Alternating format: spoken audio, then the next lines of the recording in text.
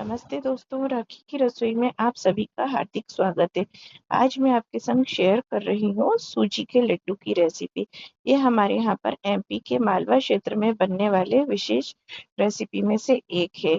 यहाँ पर मैंने 700 ग्राम के करीब सूजी को लिया है। ये मोटी सूजी है, आप इसमें बारीक या पतली मोटी किसी भी तरह की सूजी का यूज कर सकते हैं। यहाँ पर मैंने 1/4 कटोरी घी लिया है, इसे मैंने मेल्ट कर लिया था। अब यहाँ पर इसे हम थोड़ा थोड़ा कर कर डाल देंगे और इस तरह से इसे अच्छे से सूजी में मिक्स करेंगे, जिससे कि मोन जो है वो काफी अच्छे से लग जाए और सूजी में घी अच्छे से सोख हो जाए। अब देखिए, बस इस तरह से मुठ्ठियां बांधकर देखेंगे कि थोड़ा सा हाथ में सूजी बंधने लगी है, तो यहाँ पर मैंने पानी से सूजी का डो तैयार कर लिया है। इसी तरह से एक हल्का सॉफ्ट सा डो तैयार हमें करना है। इसे मैंने 5 मिनट के लिए ढक कर रख दिया है। यहाँ पर एक कढ़ाई में मैंने घी को गर्म होने के लिए रखा है। सूजी को मैश किए हुए 5 मिनट हो गए थे, तो बस इस तरह से मैंने इसके मुठिए तैयार किए हैं। इसे इस तरह से हाथों से मैश करते हुए मुठियों को हमें तैयार करना है। और इधर घी घी को भी हमें मीडियम फ्लेम पर ही गर्म करना है। बहुत ज़्यादा गर्म घी ना हो, इसका विशेष ध्यान रखिए। और मुठिए भी बहुत ज़्यादा मोटे ना हो, मीडियम साइज में ही हमें मुठिए बनाना है। मैंने कढ़ाई में चारों तरफ घी फैला लिया था और देखिए, छोटी सी सूजी का एक लोई डालकर देखी तो यहाँ पर डालने के बाद ऊपर तैर कर आने लगी। इस मतलब हमारा घी का टेम्परेचर सही है। गैस की फ्लेम को हमें लो टू मीडियम ही रखना है और इसे इस तरह से पलटते पलटते हुए हमें गोल्डन कलर आने तक तलना है। ये हमारे यहाँ एमपी में गणेश चतुर्थी और अनंत चतुर्दशी के टाइम पर बनाई जाने वाली रेसिपी है। और कई वार त्योहारों पर और जब भी लड्डू बाफले की पार्टी होती है तो उस टाइम पर ये लड्डू विशेष तौर से बनाए जाते हैं। तो इस तरह से मैंने इसे बस इस तरह पलटते पलटते हुए गोल्डन कलर आने तक सेक लिया है। गैस की फ्लेम को हमें लो टू मीडियम ही रखना है। इसे मुझे सेकने में 12 मिनट का टाइम लगा है। और बस इसी तरह से और भी बचे हुए जो मुठिए थे मैंने डाल दिए हैं और इन्हें medium low to medium flame पर ही हमें तलना है। बस इधर देखिए, ये मेरे मुठिए बनकर तैयार हो गए हैं और दूसरा बैच भी मेरा तलने के लिए तैयार हो गया है। अब यहाँ पर इसे हम इस तरह से एडजस्ट कर लेंगे। इस चीज़ का विशेष ध्यान रखें कि जब भी आप मुठिए तल रहे हो तो मोटी तली की कढ़ाई हो और दूसरा डीप ज़्यादा हो, ज़्यादा फैली हुई चौड़ी कढ़ाई ना हो, तो जिससे दो चीज़ का बेनिफिट होगा। एक तो एक समान आपकी गैस की फ्लेम लगेगी और दूसरा चीज़ है कि आपको घी जो है वो कम मात्रा में ही अच्छे से आपके मुठिए बनकर तैयार हो जाएंगे।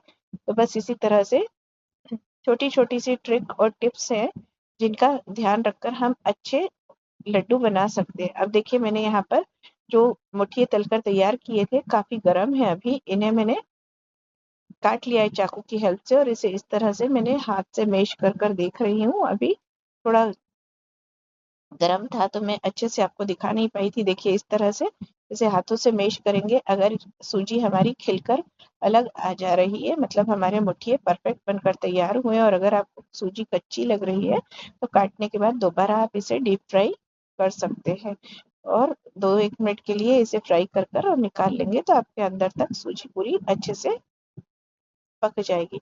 अब देखिए, यहाँ पर सभी मेरे मुठिए बनकर तैयार हो गए थे और मैंने इन्हें काट कर और चूर लिया था। आज मैंने ये अनंत चतुर्दशी के टाइम पर बनाए थे। काफी विसर्जन के पहले की तैयारी थी ये, कि हमारे यहाँ गणपति का विसर्जन लड्डू बाफले या बाटी के साथ ही किया जाता है। तो मैं उसी परंपरा को आज भी फॉलो कर रही हूँ। तो यहाँ पर मैंने इसे इस तरह से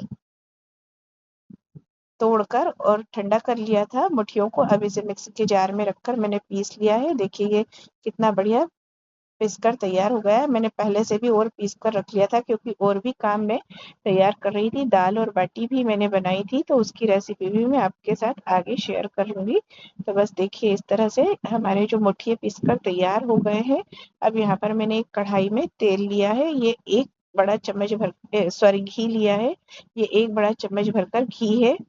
और यहाँ पर मैंने एक मुट्ठी मतलब 25 से 30 किशमिश, एक मुट्ठी पंपकिन सीड और 1 मुट्ठी चारोली यहाँ पर डाल दी है, जिससे कि हमारा जो लड्डू है इसका टेस्ट काफ़ी अच्छा है। आप चाहे तो इसमें काजू बादाम को भी बारीक काट कर और डाल सकते हैं, लेकिन आज काम की जल्दी भी थी और हमारे यहाँ पर इन्हीं चीज़ों का यूज़ किया जाता है, तो मैंने यही चीज़ डाल दी है।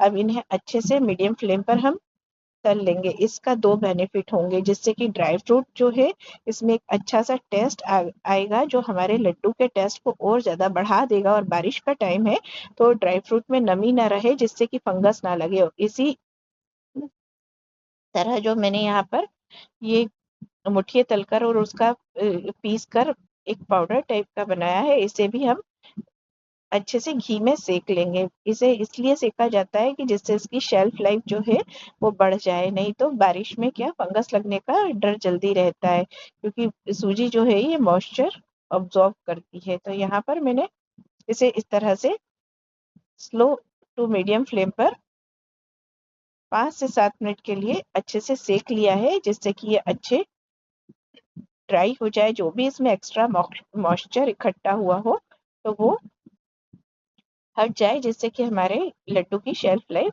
बढ़ जाए, क्योंकि इसे हम फ्रिज में रखकर नहीं खा सकते, इसे हमें बाहर ही रखकर खाना रहता है।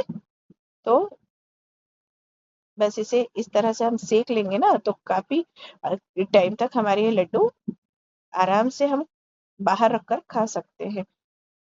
छोटी-छोटी सी ट्रिक और टिप्स हैं, ये मैंने मेरी मम्मी और नानी से सीखी थी और इसे मैं आज भी फॉलो करती हूँ। मैंने ये लड्डू अनंत चतुर्दशी के दिन बनाए थे। हमारे यहाँ पर ये अनंत चतुर्दशी की पूजा में, गणपति की पूजा में भी यूज़ किए जाते हैं और पितृपक्ष में भी, पितरों की पूजा में इसे यूज़ किया जाता है। और ये लड्डू मेरे पापा को काफ़ी पसंद थे। तो दूसरे दिन पूर्णिमा का दिन रहता है, जिस दिन उनका श्राद्ध रहता है, तो मैंने उनकी श्राद्ध पूजा के लिए भी ये लड्डू बनाए हैं। तो हमारे यहाँ पर ये काफ़ी प्रसिद्ध लड्डू हैं। अब यहाँ पर देखिए अच्छे से सिक कर अच्छे तैयार हो गया है। कुल टोटल मैंने 7 मिनट के लिए इसे स्लो टू मीडियम फ्लेम पर सेका है, जिससे कि इसका मॉइस्चर जो है निकल जाए।